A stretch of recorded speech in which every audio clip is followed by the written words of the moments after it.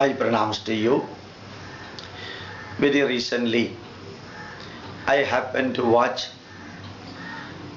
Zakkir Naik's YouTube uploaded speech held in some university.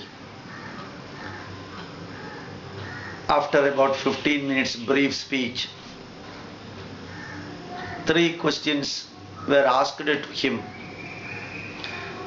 It is obvious that the questions were asked by Muslims, but the names of those Muslims were kept in undercover, and they said they are Hindus and they want to take the advice of Zakkir Naik. So Muslims in Hindu names ask the 3 questions, of which the first question is the idol worship and worshipping many gods. Zakkir Naik answered, Hindus worship only, the Vedas worship only, the Upanishad talks only about one God. The Hindus should follow that. That is the pathway adopted by Muslims and Islam. So the Hindus should practice monotheism and should not worship anything else. And that fellow got satisfied and he sat. And Zakkir Naik made it a form that Hindus can convert it to Islam, because Hindus also worship only one God according to Vedas and Upanishad, for which he quoted one line from Shveta Upanishad. But the pronunciation of Shveta Upanishad is done as Cheta Chetopanit. And he has quoted another line from Chandogya Upanishad. And the pronunciation of Chandogya Upanishad is done as Chandokopanit. So a fellow or one man who cannot even pronounce the name of a book, he claims himself that he is an authority in Hindu literature. And when he is delivering the lecture, the words or the stanzas he quoted from the Vedas and Upanishads are given as a small printout in that one. And declaring that he is a scholar in Hindu Dharma, merely quoting 1 or 2 or 3 names of books, he demonstrates himself as a scholar of Hindu Dharma.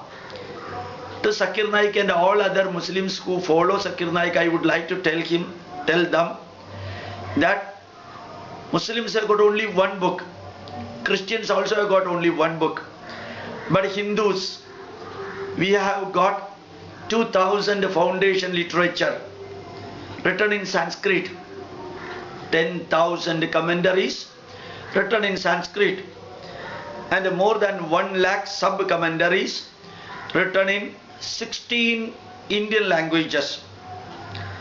For the last many thousand years, many books on many subjects written by many rishis are being utilized by Hindus. They may be knowing some, they may not be knowing anything also, but quoting one line from one book and pretending that he is a scholar of Hindu Dharma is the most cruel treachery done towards Hindu Dharma. And definitely I tell you, Mr. Zakkir Naik, Hindus worship only one God, and if when they reach that level, Kaivalya Padavi, up to that level, they have to pass through different stages and finally they will reach Ekam Sadvipraha Bahuda Vadandi Eka Eva Hi Bhutatma Bhute Bhute Vyavastita. Ekam Sad, the final truth, the final essence and final fact, the God is only one. That particular God is explained in Vedas, Puranas and everything, everywhere. Dhyava Prithivi Janayan Deva Eka. But remember that Bombay is one, but the pathway for going to Bombay is not one. The fellow from Calcutta will have to take a different route. The person who is traveling to Bombay from Trivandrum will have to take another route. The person who is traveling to Bombay from Delhi will be having another route. The route or the pathway or the road to Bombay from Chennai, from Hyderabad, from Bangalore, from Ahmedabad, from Jaipur, these are all different. But Bombay is one. Till you reach Bombay, the pathways are different. Like that in Hindu Dharma, the God is one, but divinity is present in everything. God is one, divinity is present in everything. So we worship God and also we worship in divinity. So in that way, Bharat is divine. And he quoted from Shvetashvedara Upanishad. I shall quote from the same Upanishad. Satyam vada dharmam chara swadhyayan ma pramada satyan na pramadidavyam dharman na pramadidavyam bhutyai na pramadidavyam deva vidrigaryapyam na pramadidavyam swadhyaya pravajanapyam na pramadidavyam.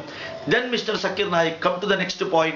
Matradevo bhava, Pitradevo bhava, Acharya devo bhava, Atiti devo bhava. These are all divine. We worship mother.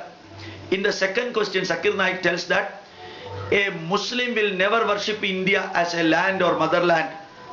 He will not chant vande maataram because Muslim will worship only Allah. He tells that Muslim will not give salute to a country, nor the ruler, nor even to Prophet. A Pakistani Muslim will not give salute to its president or the country. A Arabic Muslim will not salute the king or the Arabia or even Mecca. He will be saluting only to Prophet or not even to Prophet Muhammad, only to Allah. So my question is, if Vande Mataram is dangerous, if worshipping Bharat Mata is not permitted according to Quran, don't you think that when the Muslim soldiers, Muslim policemen working in different countries salute the color of salute the flag of that country? In India, August 15th and January 26th, the police force and the military force used to conduct Freedom Parade, Independence Day, Republic Day Parade. They salute the minister who is standing there. An advocate salute a judge, and a Muslim advocate will definitely salute a judge, whether he is a Hindu or not. And a junior police official, a junior Muslim official, police official will definitely be saluting a senior Hindu official. In Pakistan also it is same thing happening, and every tricolor or every flag of a nation will definitely be saluted by any Muslim. Any Muslim of that country, if he has to survive in that country, he cannot say I will salute only Allah, I will not salute the country, I will not salute the flag, I will not salute the ruler of the country, I will not salute the judge of the country, and I will not salute the minister of the country. He cannot say that one. If he can salute, and if he will be saluting the superiors, the seniors, the ministers, the rulers, the kings and the country, why not chanting Vande Mataram dangerous? It is some of the negative things just injected into the mind of Muslims. And the third question asked to Zakkir Naik, for Hindu-Muslim unity, what should be done? Asked by a so-called Hindu, but internally he was a Muslim in Hindu name.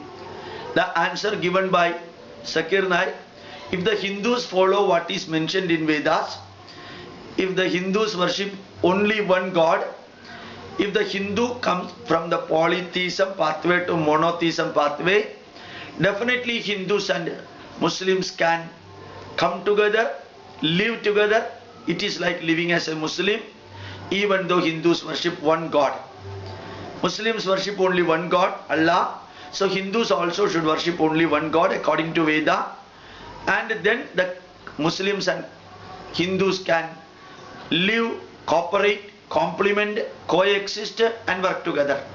My doubt is that in Pakistan, almost 99% of the people are Muslims, but they fight each other, and many Muslims make bombs, many Muslims explode it, and many of the bombs in Pakistan are getting exploded in the mosque itself. Those who are putting the bombs are Muslims, those who are dying are Muslims, the policemen are Muslim, the rulers are Muslims, and the judge is Muslim, advocate will be Muslim. And when all these Shia, Sunni, Ahmadiyya, Sufi, these are all worshipping the same Allah, they worship the same Quran, they worship the same Kaaba, they worship the same Prophet Muhammad. Even then, why this bombing and killing each other going on without unity? If Hindus worship one God, if this unity can come here, then why the Iraq and Iran war was there for about 100 years, continuously going on, and they are worshipping the same God, still the unity is not there. Almost all the countries, Shias and Sunnis, are fighting each other in spite of the fact that only one Allah, one God, one Quran, one Prophet, and one everything one. Not only that, there are 1,000 years war between Christians and Muslims. Majority of the Christians in the part of Europe got converted into Islam. And why this conversion took place? Christians are also worshipping only one God. They worship only Jehovah. They did not and they do not worship polytheism. They follow only Jehovah's messages given in the Old Testament. And why the Christians and Muslims are not coming together? If Hindus start worshipping from today onwards only one God, tomorrow onwards the Hindu and Muslim unity will be starting according to Zakkir Hussain. If that would have been true, then all the Christians and Muslims should have been friends throughout the world. And remember that worshipping one God is not the criteria, it is the mind. If the mind is cruel, if the mind is negative, and if the mind aims for converting everyone into Islam or Christianity, and if the mind tells that when the whole world should be ruled by Christians or Muslims, then starts this problem. So chanting vande maataram or saluting a ruler or a country or following different pathway for reaching the ultimate truth of divinity, these are all not creating any problem. So hundreds and thousands of Muslims are coming to Satya Sai Baba's abode. There are thousands of Muslims now started lighting the lamp. There are thousands of Muslims who even do Vidyarambam. Thousands of Muslims worship the Ghabar of the Muslims, calling the saint. And even the cremation ground is being worshipped by some people. And with all these things, one fellow is closing the eyes and telling that it is midnight, there is no light. It is not the mistake of the world, it is the mistake of the individual who is closing his eyes. So chanting Veda mantra and worshipping different gods, chanting Vande Mataram and worshipping one God or more God, or these are all will never create a problem as long as the people who can understand it. So if one God, one book, one prophet would have been enough, then the Muslims should have been living in the most peaceful way in Saudi Arabia, Middle East country, and 68 Muslim countries. But the most complicated problems you can see the world is facing is from a particular group. That is not because of the religion, not because of the prophet, not because of the book. It is because of the mindset of the people. And there are terrorists in every religion, but these are all the crooked pathway of mind development, mental development. So those Muslims, those Christians who are living in India, they should remember that India, the holy land, they need not worship Indian God. But this is the country which could survive for the last 10,000 years without any problem, in spite of the fact that Christians and Muslims invaded for 950 years to India, tried to suppress, oppress and depress each and every Hindu-based values. So chanting Vande Mataram, worshipping many gods, or following Vedas, following Puranas, following Upanishad, these are all part of Hindu Dharma. That is why we always chant Samasta lokaha sugino bhavantu, lokaha samasta sugino bhavantu, sarve bhavantu suginaha, sarve santu niramaya, sarve bhadrani pashyantu, ma kaschit dukkha bhavet. No other religion in this world ever prayed like this. Only Hindus prayed this. And remember that is why Hindu Dharma is surviving in spite of the atrocities done towards Hindu Dharma by Christians and Muslims for the last nearly 1,000 years, right from 995 AD onwards.